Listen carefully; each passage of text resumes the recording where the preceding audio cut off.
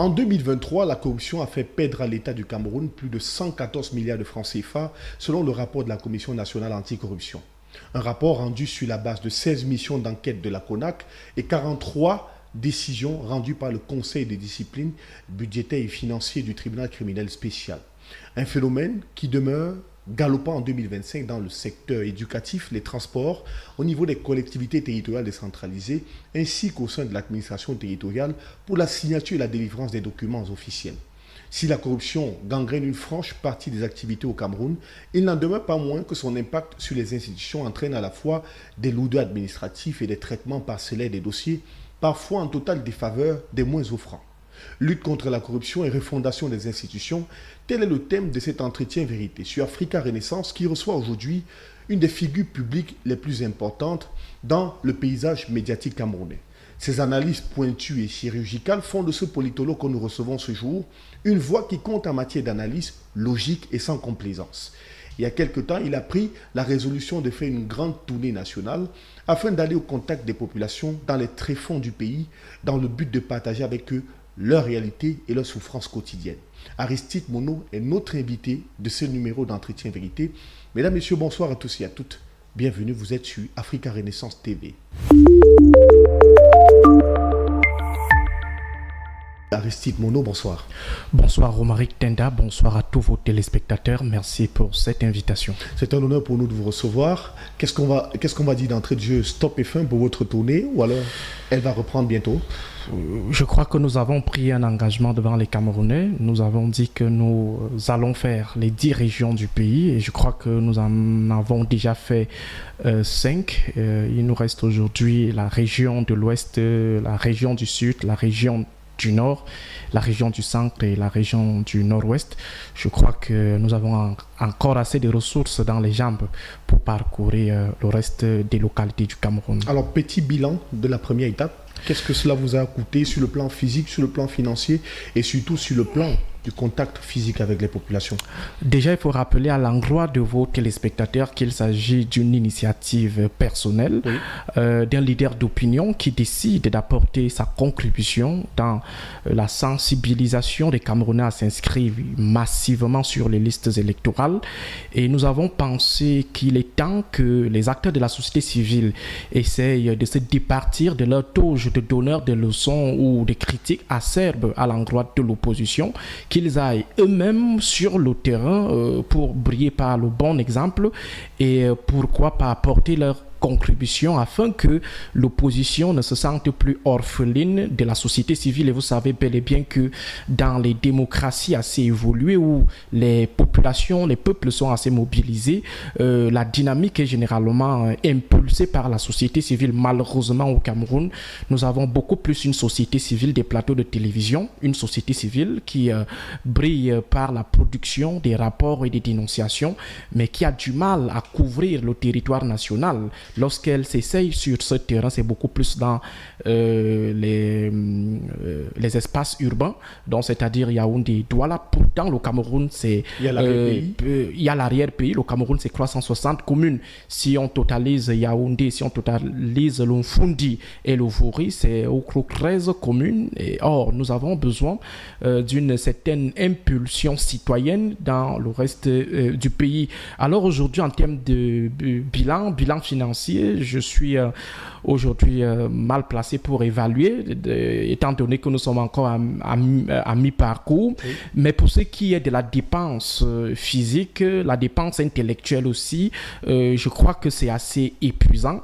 Faire 21 jours dans la région de l'extrême nord, faire 11 jours dans la région de la Damawa, faire 10 jours dans la région de l'Est, aller du côté du littoral, faire pratiquement 8 jours, 7 jours du côté du Nozo, plus particulièrement dans la région du sud-ouest. Je crois que cela est naturellement épuisant, mais on reste motivé parce que c'est d'abord plaisant, c'est passionnant de faire l'arrière-pays, de rencontrer les Camerounais, de sentir le pays et de faire aussi en sorte que les populations de l'arrière-pays vous sentent. Donc je crois que c'est une dynamique qui devrait être copiée par un bon nombre d'acteurs politiques et parapolitiques et surtout les acteurs parapolitiques, parce que pour moi l'essentiel ou alors la principale cible de la leçon que j'essaye de donner à travers cette tournée, la principale cible, c'est la société civile. Parce que, comme je l'ai dit tout à l'heure, il faut que la société civile camerounaise essaye d'abandonner un tout petit peu sa toge de donneur de leçons aux opposants. Alors, on vous consacrera naturellement, peut-être vers la fin de votre tournée, une émission spéciale. Merci d'avance. Au courant de laquelle vous allez peut-être nous décliner ce que vous avez vu, choses vues, entendues sur le terrain et sur quoi votre démarche va par exemple déboucher si ça aura un impact sur l'élection présidentielle de 2025 à venir. Merci. Mais aujourd'hui, on échange avec vous sur la problématique de la corruption et la refondation des institutions au Cameroun. Et cette corruption, justement, est de plus en plus poussée dans ce pays. D'après le 13e rapport de la CONAC, 7548 dénonciations ont été portées à l'attention de cette institution en charge de la lutte contre la corruption en 2023. On dénombre également 16 investigations pour 69 milliards de francs CFA en jeu. Qu'est-ce qui accentue la corruption malgré la présence d'un organe comme la CONAC au Cameroun? Il faut dire que la corruption est systémique au Cameroun. Systémique, elle est également structurelle. Systémique dans la mesure où elle permet le fonctionnement du système politique actuel. Le régime de Yaoundé est bâti sur la corruption. Lorsqu'on parle par exemple de la néopatrimonialisation, de la patrimonialisation de l'État, et certains parlent de la néopatrimonialisation de l'État, cela renvoie à la privatisation à des fins de prédation.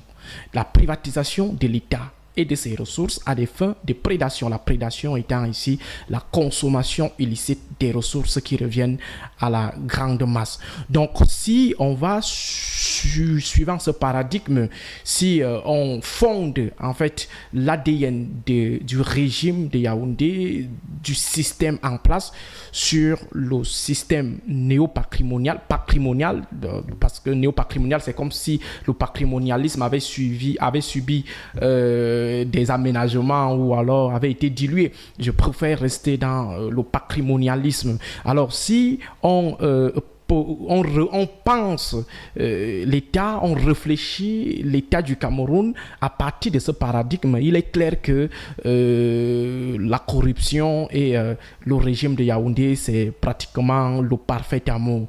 Donc, le système qui dirige aujourd'hui le Cameroun est un système qui vit par la corruption, qui vit de la corruption, par la corruption et pour la corruption. Et du coup, ça devient... Vous dites concrètement, ce que j'aimerais vous dire, c'est que si on essaye d'anéantir la corruption au Cameroun, le système tombe. Le régime tombe immédiatement. Pourquoi? Je vais vous prendre un cas simple. Oui. Le cas de l'éternisation au pouvoir. Comment on finance l'éternisation au pouvoir? Comment se construit la maintenance du système éternitaire au Cameroun? Le système éternitaire, c'est en fait un système de prince principal et de petits princes. On a une principauté, le Cameroun est considéré comme une principauté avec un prince qui s'appelle M. Biya Paul. Et à côté, vous avez des principautés qui sont pratiquement ces lieutenants qui ont le pouvoir sur les communautés, les pouvoirs sur les territoires. Alors, comment on fait pour apporter le soutien au prince central? On essaye d'accumuler les ressources nécessaires pour pouvoir lui assurer toute la semence pour qu'il puisse se maintenir au pouvoir. Donc, lorsqu'on récupère, par exemple, l'argent dans les caisses de l'État, c'est pour le recycler dans l'économie informelle illicite des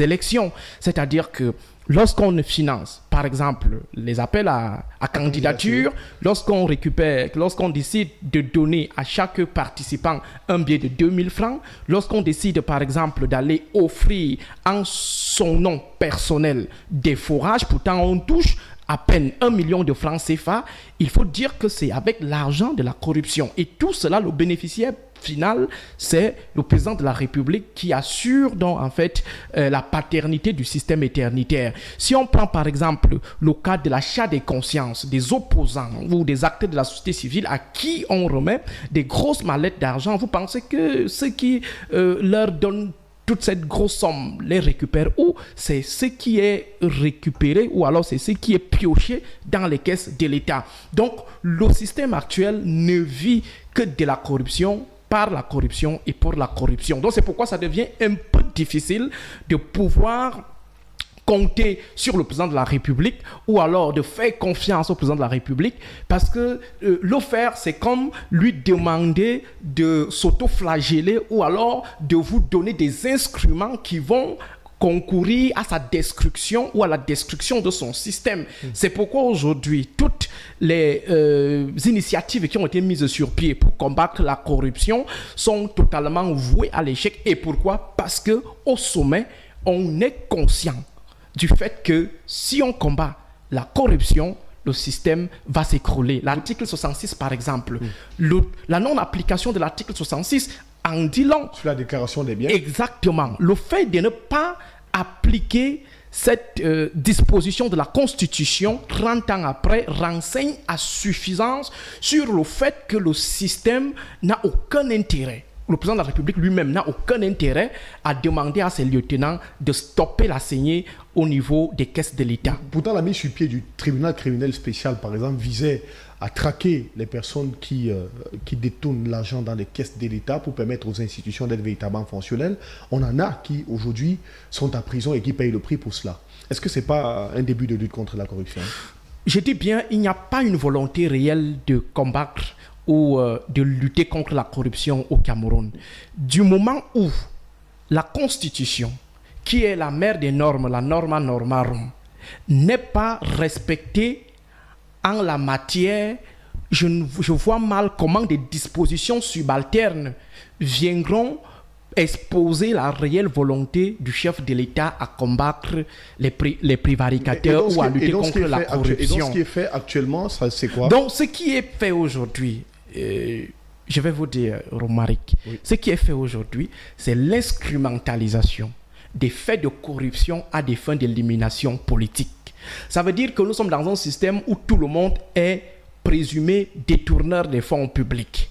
Alors, à quel moment le policier de la fortune publique, entre guillemets, décide de se mettre en branle dans le cas de l'opération Épervier, du moment où il y a une opportunité de règlement de compte ou de purge politique?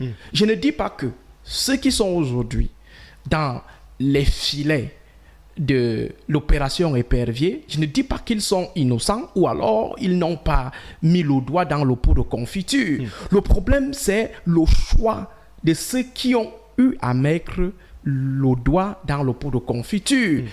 Donc, si on va sur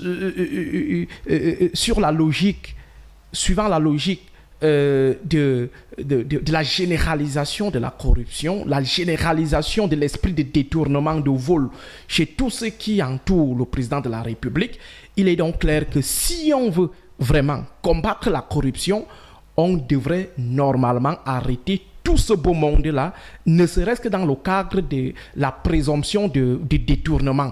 Vous avez le cas récent de la Covid-Gate. La Covid-Gate. Avec le rapport de la Chambre des comptes. comptes. Lorsque la Chambre des comptes finit d'énoncer tout cela, on a pratiquement 167 milliards qui sont en jeu dans l'affaire. Les choses où les torts sont établis de manière étanche ou quasi étanche par le Conseil, par la Cour suprême, qui est la première instance judiciaire de notre pays. Sa chambre estime qu'il y a eu tel fait, tel fait, tel fait. Les faits sont tangibles ou alors quasi tangibles. Et à la fin, on vous fait savoir que pour le moment, après avoir traîné plusieurs années, on vous dit que pour le moment, on n'a que mis la main sur 4 individus qui sont insignifiants dans la chaîne de responsabilité établie par le premier, deuxième et troisième rapport de la Chambre des comptes. Alors, on se demande, à ce rythme, on finira par mettre la main sur les cerveaux, peut-être quand ils ne seront plus de ce monde.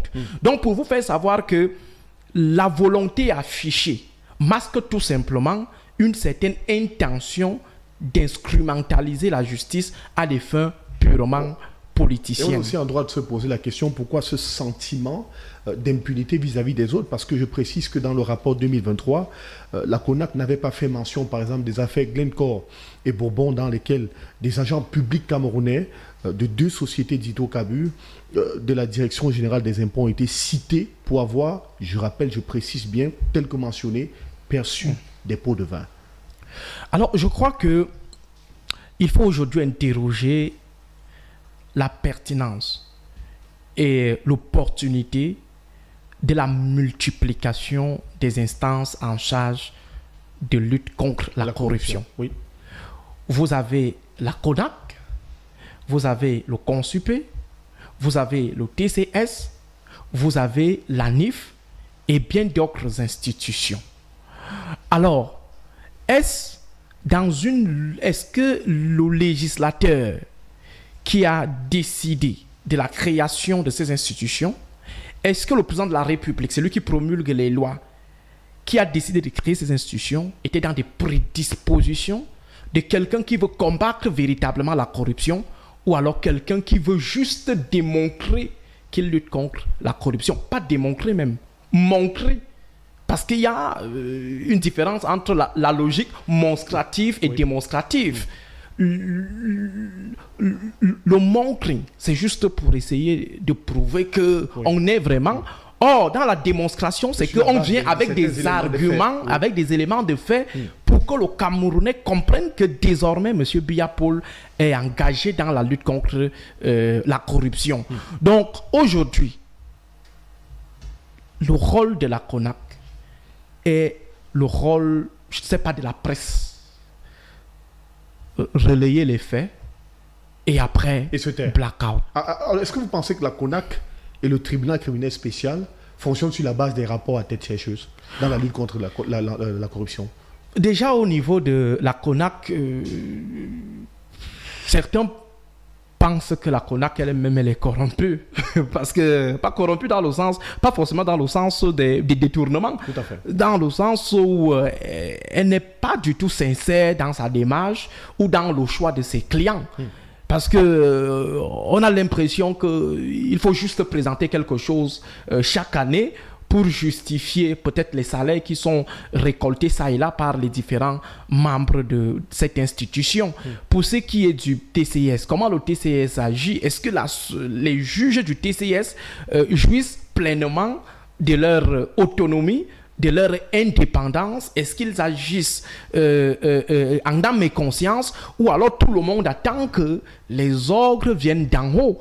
Donc je crois, pour ma part, Romaric, que compter sur le système actuel qui est bâti sur la corruption, compter sur ce système pour combattre la corruption ou pour lutter contre le détournement des fonds publics, c'est comme si on comptait sur un chef de gang pour le maintien de l'ordre dans un quartier, ou alors on comptait sur le chef des criminels pour finalement mettre un terme au crime. Pourtant, le criminel ne vit que du crime. Mais cette corruption qui est très galopante au Cameroun, à qui est-ce qu'elle profite véritablement? Pourquoi cette lutte est retardée au Cameroun et à qui est-ce que ça profite en dernier ressort? Alors, si on est dans un régime du tous coupable ou du tous détourneur, oui, dans ce système, on est dans une espèce de dilemme de voleur.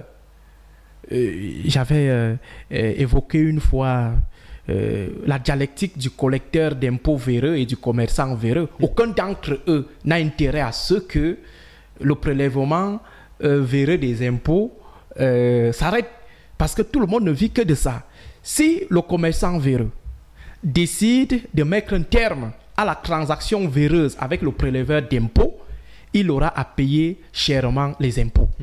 Et si le préleveur d'impôts décide de mettre un terme à cette pratique véreuse, il n'aura plus de quoi allonger son salaire chaque fin du mois. Du coup, tous sont, en fait, ont intérêt à ce que la transaction véreuse subsiste. Oui. Voilà. Même chose, ils ont peur du chantage. Tu me trahis, je te trahis. C'est ce qui se passe aujourd'hui la neutralisation entre les différents prévaricateurs. De sorte qu'aujourd'hui, lorsque la justice décide d'engager telle action, vous avez une autre poche de pouvoir qui fait obstruction et finit par protéger celle qu'elle veut, c'est lui qu'elle veut protéger. Donc, juste pour vous faire savoir que si effectivement on décide d'ouvrir les dossiers noirs en lien avec la gestion de l'État, nous aurons pratiquement tout l'establishment en prison. Alors, docteur Monod, quelle est la répercussion de cette corruption sur le bon fonctionnement des institutions au Cameroun? Pas seulement le bon fonctionnement des institutions, mais du bien-être des Camerounais. Du moment où on décide d'allouer des montants assez élevés pour la construction peut-être de 1000 forages, de 2000 forages, et qu'à la fin, l'argent a eu à prendre une autre direction, du coup, on n'aura pas de forage et les populations vont mourir de soif. Donc, il y a déjà l'impact au niveau de la vie des populations parce que les politiques publiques qui doivent être financées par les ressources détournées ne sont pas finalement mises en œuvre. Et c'est la population qui prend un coup. Maintenant, au niveau des institutions, du fonctionnement des institutions, je crois qu'aujourd'hui, au regard de l'état d'esprit des uns et des autres, les institutions n'ont aucun souci parce qu'elles continuent de fonctionner malgré qu'elles ne soient pas vraiment rentables, malgré qu'elles n'offrent pas aujourd'hui les garanties en termes d'offres en bien-être. Mais toujours est-il que ces institutions fonctionnent. Mais il y a un problème qui n'est pas souvent assez relevé, c'est celui de la compétence des ressources de l'État, ressources humaines de l'État. Parce que lorsqu'on décide de recruter sur la base de la corruption, forcément, il y a une incidence ou il y aura une incidence sur la rentabilité du personnel. Je prends le cas des universités. Lorsqu'on décide de recruter les docteurs, chômeurs, sur la base de la corruption, sur la base du favoritisme, sur la base du copinage, du coup, vous n'aurez pas des enseignants compétents dans les amphithéâtres. Au niveau même des départements ministériels, lorsqu'on décide de recruter, non pas sur la base de la méritocratie, mais sur la base des affinités de la corruption, du coup, vous aurez des individus, de un, qui ne maîtrisent rien, de deux, qui vont venir tourner les pouces toute la journée, de trois, qui seront toujours tentés de reproduire le schéma qui les a aidés à arriver à ce niveau. Donc, pour vous faire savoir que le coût n'est pas seulement financier, il y a également un coût humain, il y a également un coût social. C'est pourquoi aujourd'hui, la question de la corruption doit aller au-delà des gros montants qui sont avancés pour attaquer la question de l'impact du manque à gagner des populations et du manque à gagner de la production de l'État, de la rentabilité du service administratif au Cameroun. Et du bon fonctionnement de ces institutions. Alors, cette corruption a des répercussions importantes sur les institutions. Le 11 juin 2024, par exemple, puisque vous évoquiez le fonctionnement des institutions tout à l'heure, on a 1312 faux diplômes qui ont été détectés dans le cadre du processus de recrutement des jeunes gendarmes et soldats, sans compter ceux déjà en fonction dont on ne connaît pas réellement si les diplômes sont vrais ou pas. Ils sont déjà en fonction et dans nos administrations. Est-ce que ce n'est pas l'une des causes de la mauvaise performance de nos administrations qui parfois manquent cruellement aussi bien de la capacité d'anticipation que de prévention de certaines situations? Déjà parlant des faux diplômes, oui. Je crois que le prochain président devra lancer un audit national sur les diplômes à partir de l'éducation de base jusqu'à l'enseignement supérieur. À partir de l'éducation de base, dites-vous? Exactement, c'est-à-dire des CEP ou des CPE jusqu'au doctorat. Parce qu'il faut quand même dire que la diplômie a produit beaucoup de faux diplômes, beaucoup de faux diplômés, beaucoup d'usurpateurs de diplômes, d'usurpateurs de titres universitaires. Donc il est important que le prochain président ouvre en fait le champ de la lutte contre ces usurpations ou ces faux diplômes.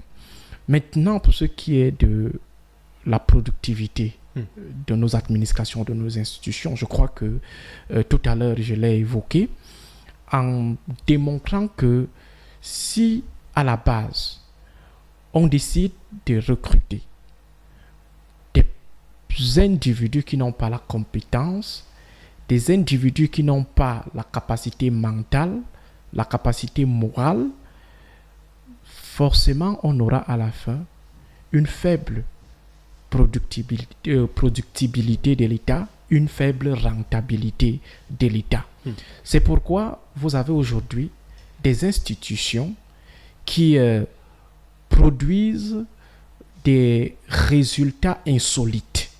Vous n'avez qu'à lire certains communiqués ou certains actes pris par les administrateurs, par nos ministres. Vous vous posez bien la question de savoir si il y a eu réflexion préalable, si ce sont des individus qui peuvent revendiquer ne serait-ce qu'un BPC qui ont produit ce type d'acte ou ce type de décision.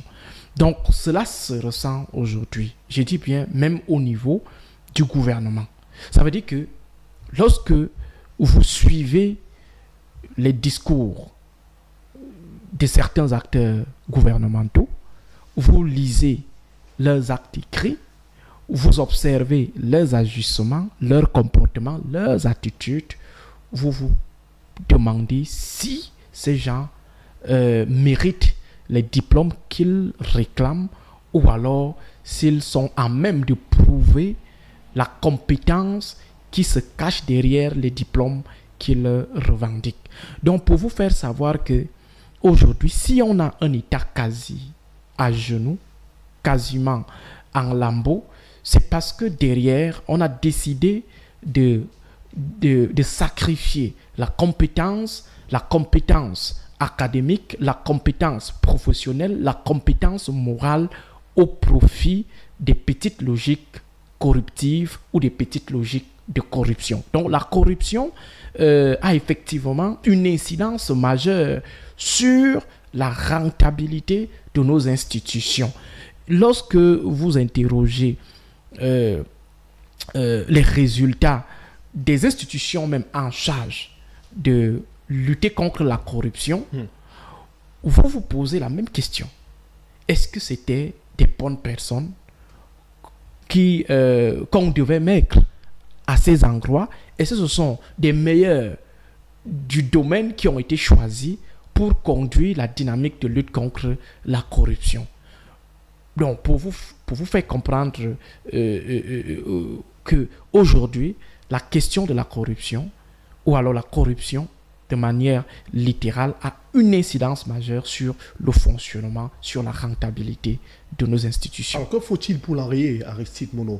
Ou alors vous pensez, comme d'autres personnes, que sous le régime actuel, c'est quasiment un leurre, il va falloir tout reprendre à zéro, d'après vous? Alors, si au départ, nous sommes d'accord que le système actuel est bâti sur la corruption, ne fonctionne que par la corruption, ne survit que grâce à la corruption, du coup, on a la réponse à votre question. La réponse est simple.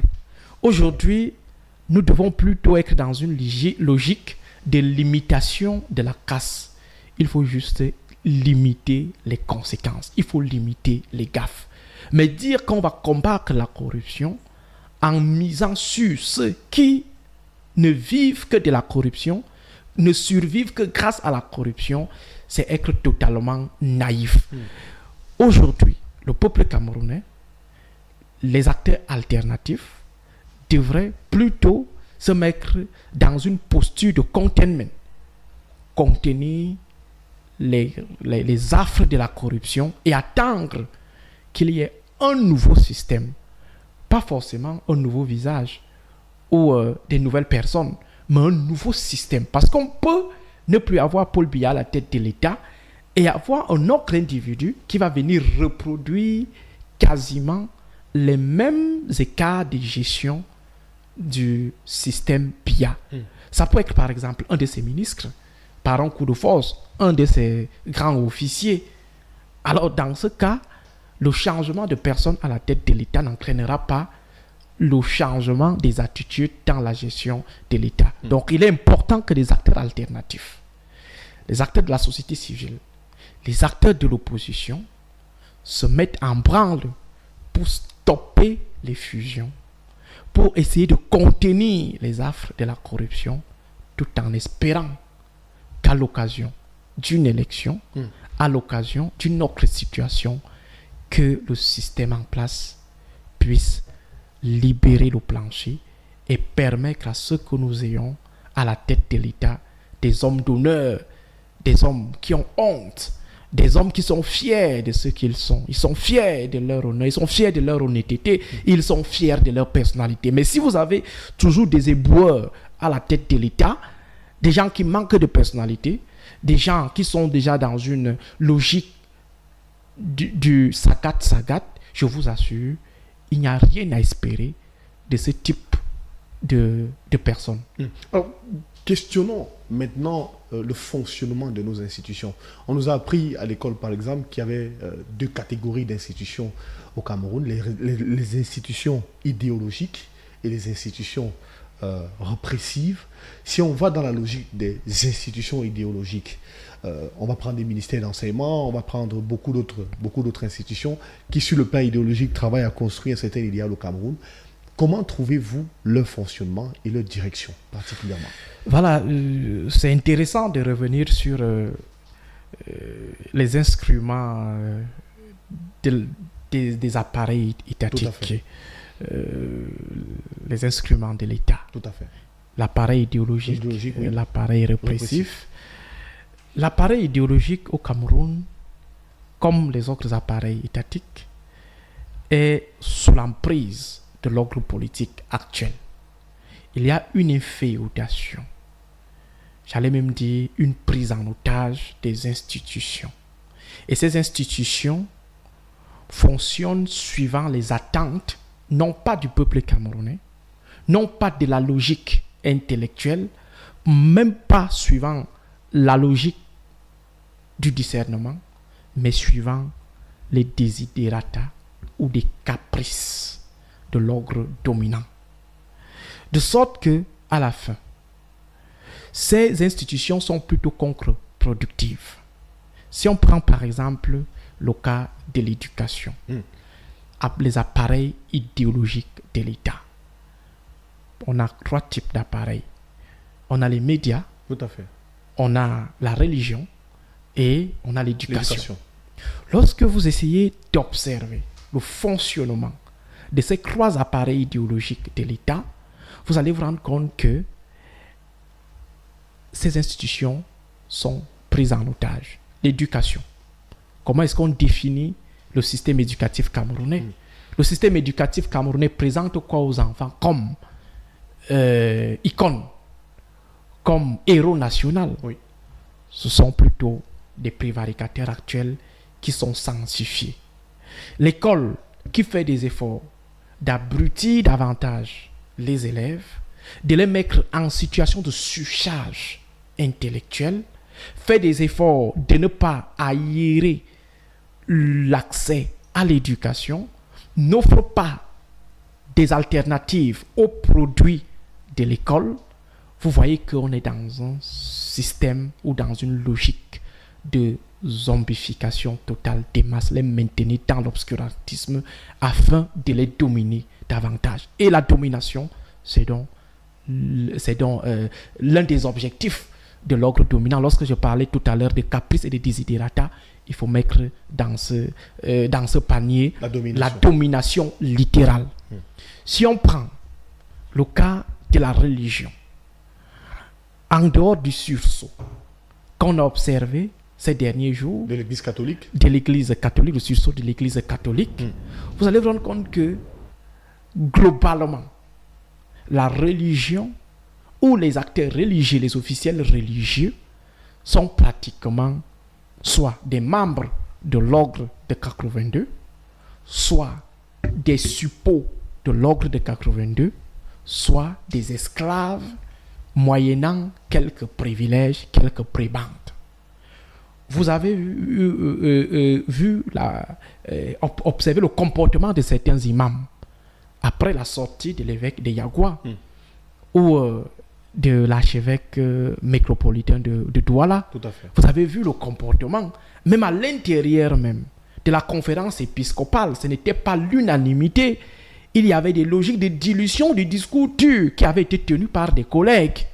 Donc, juste pour vous faire comprendre que même au niveau de la religion, il y a une certaine encapsulation en cours de tout le personnel afin qu'ils pensent suivant la logique de domination littérale de l'ordre dominant. Il y a eu la rencontre du secrétaire général de la présidence de la République qui s'est déplacé pour aller rencontrer... Exactement. Maintenant, si vous prenez le cas des médias, les médias au Cameroun, si on prend ne serait-ce que les chaînes de télévision qui opèrent à Yaoundé, vous allez vous rendre compte que si on prend par exemple le cas chrétien... On ne va pas faire le procès des confrères. Non. Je parle des promoteurs. Oui. Les promoteurs qui ne sont pas forcément vos confrères. Tout à fait. Voilà. Lorsque vous essayez de checker le background politique des différents promoteurs, ne serait-ce qu'à Yaoundé, vous allez vous rendre compte que quasiment à 100%, ce sont des membres engagés. Je dis engagés, ce ne sont pas des acteurs passifs, mais des acteurs actifs, soit du Rassemblement démocratique du peuple camerounais, soit de l'ordre dominant, avec un système de censure qui ne dit pas son nom.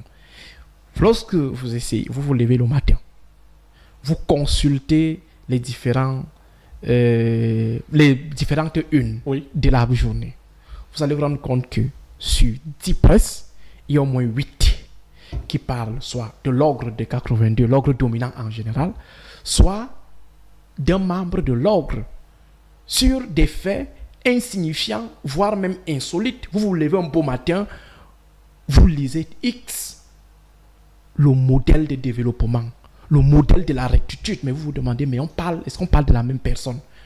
Alors vous vous rendez compte que même au niveau de la presse, à quelques exceptions près, au niveau de la presse, c'est pratiquement l'encapsulation. Le musellement. Donc juste pour vous faire comprendre que les institutions, l'appareil idéologique de l'État, dans ses différents démembrements, est pris en otage par la pensée de domination littérale qui gouverne le mode d'action et le fonctionnement du régime de Yaoundé. Et que dit Dr Aristide Mono de l'appareil répressif et de ces institutions? Je crois que je resterai focus sur mon principe de base, sur mon paradigme de base qui me permet d'analyser l'état du Cameroun dans sa dimension pouvoir rationnel légal, c'est-à-dire sa dimension gouvernementale. Lorsqu'on dit l'État, ça veut dire l'appareil gouvernant. Si on reste d'accord qu'on est dans une logique de patrimonialisation de l'État, et qui dit patrimonialisation dit privatisation de l'État à des fins de prédation. Alors, à langage terre à terre, même l'appareil répressif, qui devrait normalement fonctionner avec la violence physique légitime, se retrouve plutôt dans une situation de production de la violence physique illégitime. Et pour cause, cet appareil est également privatisé par l'ordre dominant. Et des éléments de cet appareil, pas des éléments subalternes, mais des éléments de haut de cet appareil, sont également sous le coup des différentes catégorisations faites tout à l'heure lorsqu'on parlait des acteurs religieux. Il y a les membres de l'ordre de 82, il y a des suppôts et il y a également des esclaves de l'ordre de 82. Du coup, on est dans une situation de conservation commune des positions de pouvoir qui donnent lieu à des positions de prévarication ou de captation des privilèges indus. Et c'est pourquoi vous pouvez, par exemple, voir un général plus violent qu'un homme politique lorsqu'il a affaire à une adversité politique. Il est plus violent que le politique. Vous pouvez rencontrer un colonel qui est plus violent qu'un homme politique devant une situation d'adversité. Ça signifie que lorsque, par exemple, vous parlez de la question du code électoral, vous estimez qu'il est important qu'on adresse ce problème à M. Paul Biya de manière offensive ou de manière un peu plus directe. Ce n'est pas M. Paul Biya qui est énervé. Ce n'est pas lui qui a les yeux rouges. Ce n'est pas lui qui a le visage froissé. Ce sont ces acteurs qui, en principe, ne devraient pas être concernés par le débat, devraient plutôt faire preuve de neutralité, d'impartialité. Ce sont ces acteurs qui sont les premiers à intervenir. Du coup, au moment où vous êtes en train de projeter votre action, ces acteurs ont déjà encerclé votre maison. Ces acteurs vous ont déjà mis sur écoute. Pourtant, en principe, ils n'ont aucun intérêt à ce que le débat soit court-circuité. Mais ils le font. Pourquoi? Parce que ils agissent d'une manière ou d'une autre, ils sont soit les membres de l'ordre politique, mais en CREI, soit ils sont des suppôts de l'ordre politique, soit des esclaves de l'ordre politique. Alors, s'il faut parler par exemple des institutions qui sont en charge de l'organisation des élections au Cameroun, on est en 2025, en octobre, ce sera le mois pratiquement le plus important puisqu'on aura la présidentielle. Parlons d'Elections Cameroun et parlons également du Conseil constitutionnel, le fonctionnement. Je reste focus sur mon paradigme, la privatisation des institutions à des fins de prédation. Donc pour vous, toutes ces institutions sont privatisées à ces fins? Du moment où vous avez des fondamentalistes de l'ordre politique qui sont affectés à la tête de ces institutions, je ne sais pas si il faut être un hyper-croyant pour penser un seul instant que ces membres de l'ordre affectés, une fois affectés à la tête des institutions, ils deviendront des born again. Jamais. Comment est-ce qu'ils sont propulsés à la tête de ces institutions? Comment est-ce qu'on les recrute? C'est ça le problème. Alors si aujourd'hui vous avez des institutions qui sont constituées des membres, des fondamentalistes, j'allais dire, des extrémistes de l'ordre politique dominant, qui ont caché peut-être leur carte de militants ou qui ont laissé leur carte de militants dont ils sont sans carte, je crois qu'au niveau de leur mindset, au niveau de leurs réflexes, il y a qu'ils restent les membres d'un bloc. Et c'est ce bloc qui a fait d'eux ce qu'ils sont. Et ils ont une obligation, pas un devoir, une obligation de redevabilité.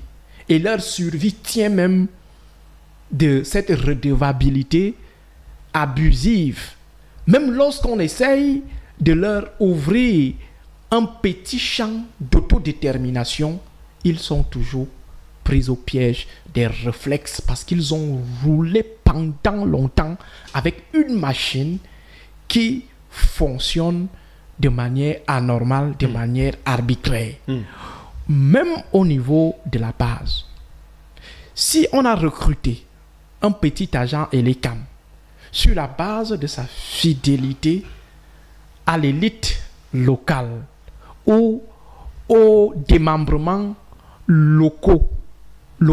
au démembrement local du parti politique, du coup, il se retrouve dans une situation d'impôt moral vis-à-vis de ceux-là qui lui ont trouvé un petit moyen de gagner un 80 000 francs ou un 100 000 francs CFA. Mais malgré tout cela, est-ce que ça ne devrait pas être un carburant pour l'opposition de regarder toutes ces choses et de se dire, il est temps d'y aller. C'est maintenant qu'il faut travailler pour mettre un stop à tout cela.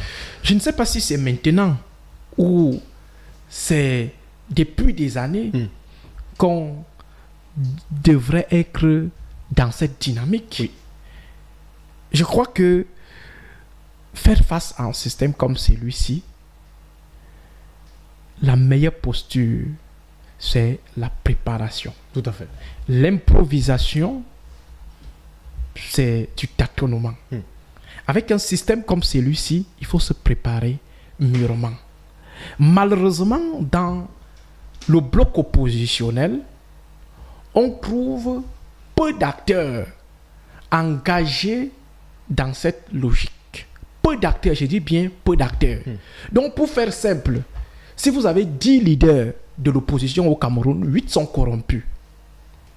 8 sont corrompus. Je dis que si vous avez 10 leaders, je dis si vous avez 10, le problème c'est que, Romaric, et beaucoup ne le comprennent pas souvent, rapidement. Nous sommes dans le champ politique camerounais depuis 2008. Nous avons fait des classes avec des aînés. Nous avons flirté avec un bon nombre d'acteurs. Nous les méprisons, même en privé. On connaît un bon nombre, on connaît la vie d'un bon nombre d'acteurs politiques camerounais. Donc quand je vous dis aujourd'hui que sur 10, j'ai dit 10 opposants au Cameroun, 8 sont corrompus. Qui sont pour vous aujourd'hui les plus crédibles? Alors, c'est pourquoi nous avons pensé l'allégorie de la grande prostituée. Cette fameuse allégorie. C'est-à-dire que nous avons d'un côté l'opposition de la grande prostituée de rue et l'opposition de la grande prostituée de luxe. Et à côté, vous avez en minorité l'opposition intègre. Et là, on tient juste compte des leaderships à la tête des appareils. Parce qu'au niveau du peuple, il faut dire que les Camerounais sont assez engagés sur la voie du changement. Ils sont assez engagés sur cette voie. Mais le leadership fait défaut. Le leadership n'inspire pas toujours toute la sincérité attendue. C'est pourquoi je vous ai fait savoir que si on a 10, 8 sont dans une situation de roubladise pure et simple. Les prostituées de rue, ce sont ces opposants qui s'affichent en plein jour avec le RDPC et l'ordre dominant. Mais curieusement, ils continuent de revendiquer le statut d'opposant. Et vous avez les opposants de la grande prostitution de luxe. C'est-à-dire qu'en plein jour, ils font comme s'ils n'ont jamais eu à rencontrer le RDPC quelque part, comme s'ils ne bouffaient pas les mêmes plats avec le RDPC, comme s'ils n'étaient pas souvent dans les mêmes appartements que le RDPC. Pourtant, en plein jour, la nuit. la nuit, ils sont dans des appartements du RDPC. Et ce sont les plus bruyants. Les opposants de la grande prostituée de rue et les opposants de la grande prostituée de luxe. Ce sont les plus bruyants qui absorbent maintenant l'aura de l'opposition intègre. Et la masse a l'impression que c'est comme ça l'opposition. C'est comme ça les opposants, c'est comme ça qu'ils sont. Ils sont confondus. Donc, lorsque vous parlez de l'opposition, il faut préciser l'opposition intègre qui est minoritaire en termes de leadership. Cette opposition intègre devrait, ma foi, travailler davantage sur le terrain pour rassurer la masse, la majorité qui est sur la voie du changement. Alors, il y a une problématique qui se pose au Cameroun depuis quelque temps, un sujet d'ailleurs qui fait les chaud gras de la presse, c'est la candidature du professeur Maurice Kamto à la prochaine élection présidentielle. D'après vous, Aristide Mono, peut-on faire une prochaine élection présidentielle au Cameroun sans une candidature du professeur Kamto? Est-ce possible? Déjà, il faut rappeler que pour moi, répondre à la question de la candidature ou non du professeur Maurice Kamto, c'est comme si on discutait sur la paternité de votre père Ça veut dire votre père. On a l'acte de naissance. Tout le monde sait, ta mère sait que c'est ton père qui est ton père. Oui. Et puis on vient engager un débat. On vous dit, monsieur Romaric Tenda, est-ce que c'est votre père?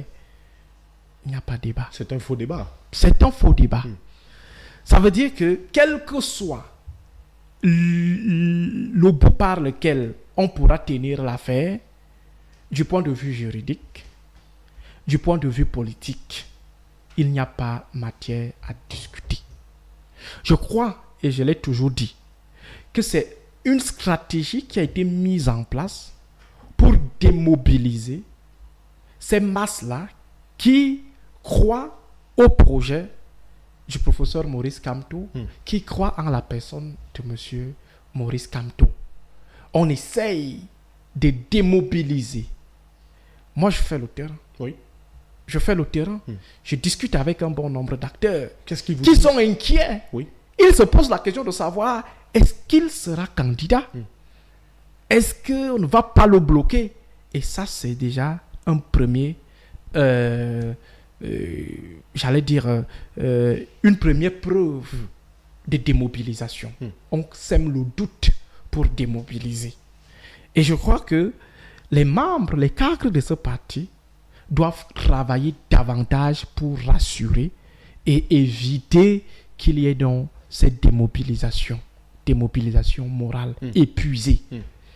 Maintenant, je l'avais déjà également dit, pour ce qui est de la dimension politique. Tout à fait. Aujourd'hui, le parti politique qui revendique le taux de sympathie élevé, ne serait-ce que du côté de l'opposition, c'est le mouvement pour la renaissance du Cameroun. Le parti le plus structuré, le mieux structuré, côté opposition, c'est le MRC. Oui. Le parti le plus actif durant toute l'intersaison électorale, la période entre deux élections, c'est le mouvement pour la renaissance du Cameroun. Le parti de l'opposition qui a plus impacté la presse nationale, impacté le débat public, impacter le fonctionnement de l'État, c'est le mouvement pour la renaissance du Cameroun. Le parti qui revendique le leader le plus charismatique, ça veut dire celui-là qui fait plus peur au régime, c'est le mouvement pour la renaissance du Cameroun. Oui. Ça veut dire donc que derrière, il y a une force, et qui dit force dit également une masse. Tout à fait. Si cette masse qui se recrute au niveau international, au niveau national, donc à l'étranger, au niveau national, si cette masse est aujourd'hui désillusionnée, parce qu'on aura éliminé la candidature du professeur Maurice Kamto, quels sont les moyens qui seront mobilisés par l'ordre de 82, par le régime, pour contenir, je ne vais pas parler de contestation, mais du mécontentement. Tout à fait. Ce mécontentement. Maintenant, quels sont les moyens que le régime va déployer pour contenir les frustrations? Parce qu'il faut rappeler que l'alignement derrière le MRC ou le professeur Maurice Kamto, ce n'est pas parce qu'il est beau. Tout à fait. Ce n'est pas parce que le MRC... Non, c'est parce que les gens estiment qu'ils incarnent leur vision de la lutte contre l'ogre de 82. Ils incarnent leur vision du Biya must go.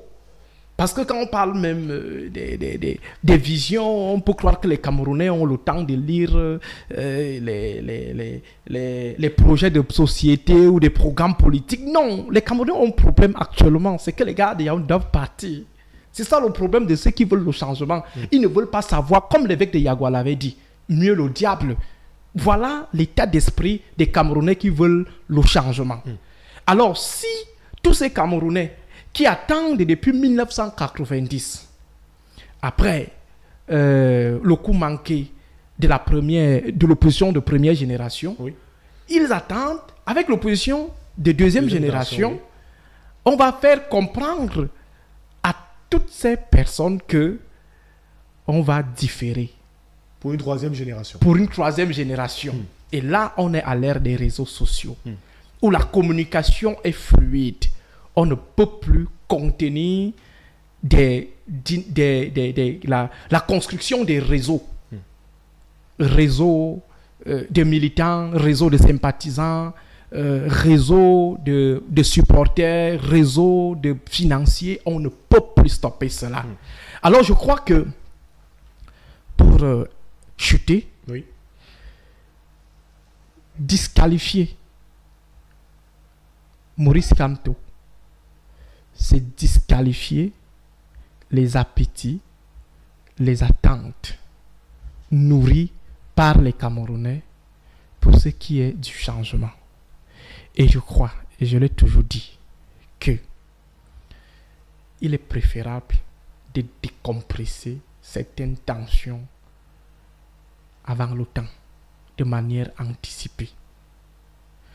Si le système ou le régime de Yaoundé tient à son projet d'éternisation, qu'il pense à toutes les options, sauf à celle de la disqualification de la candidature du professeur Maurice Kamto, parce qu'il incarne, comme je le dis, c'est pas lui n'est pas forcément fort, lui en tant qu'individu n'est pas fort.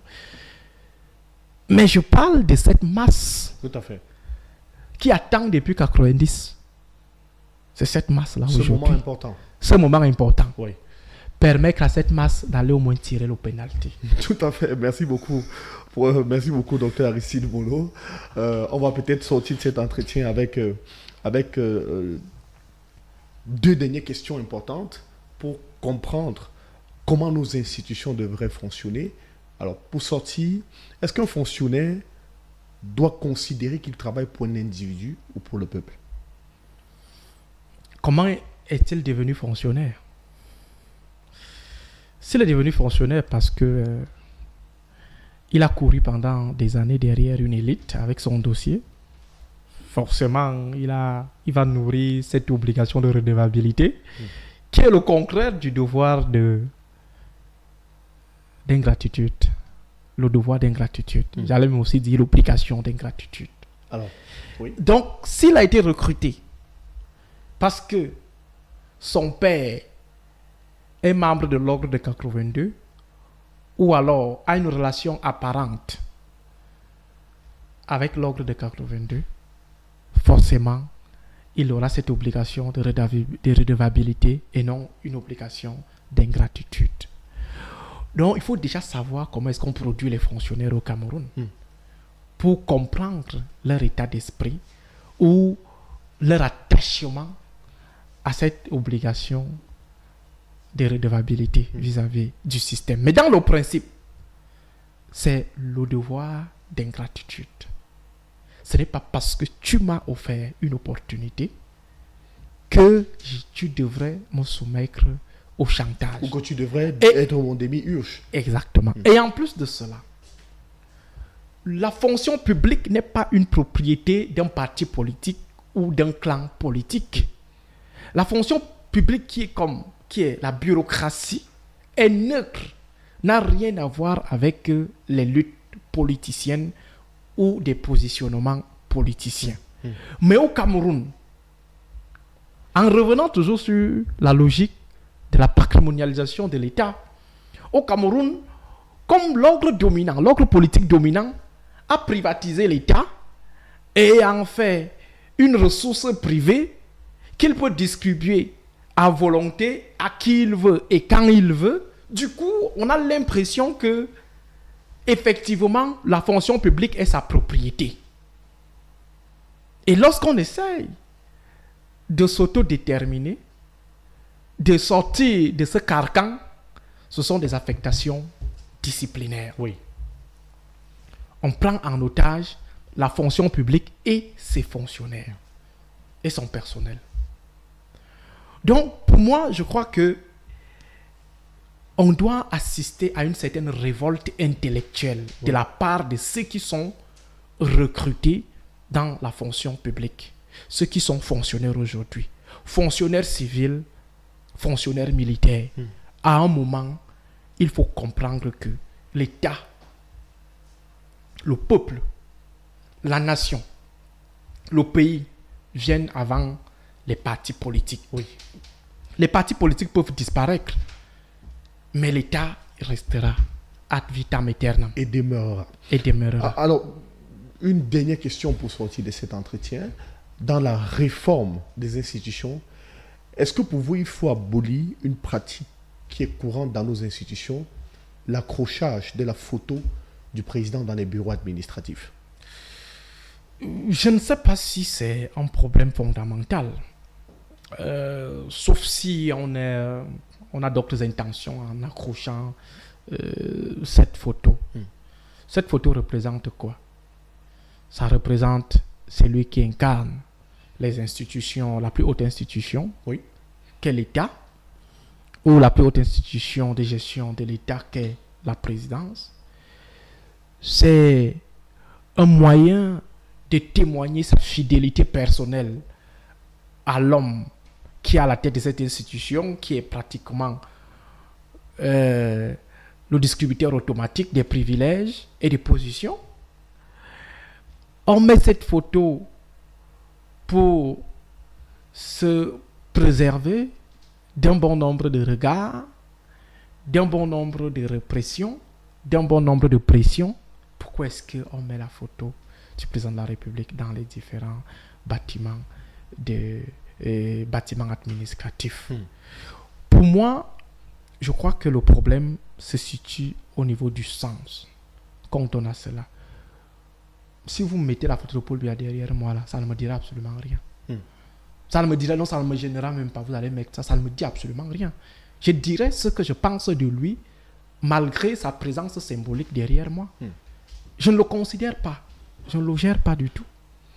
Donc le problème, c'est celui du sens. Oui. Mais le sens le plus dominant, c'est celui de la fidélité à un individu, la fidélité personnelle à un individu.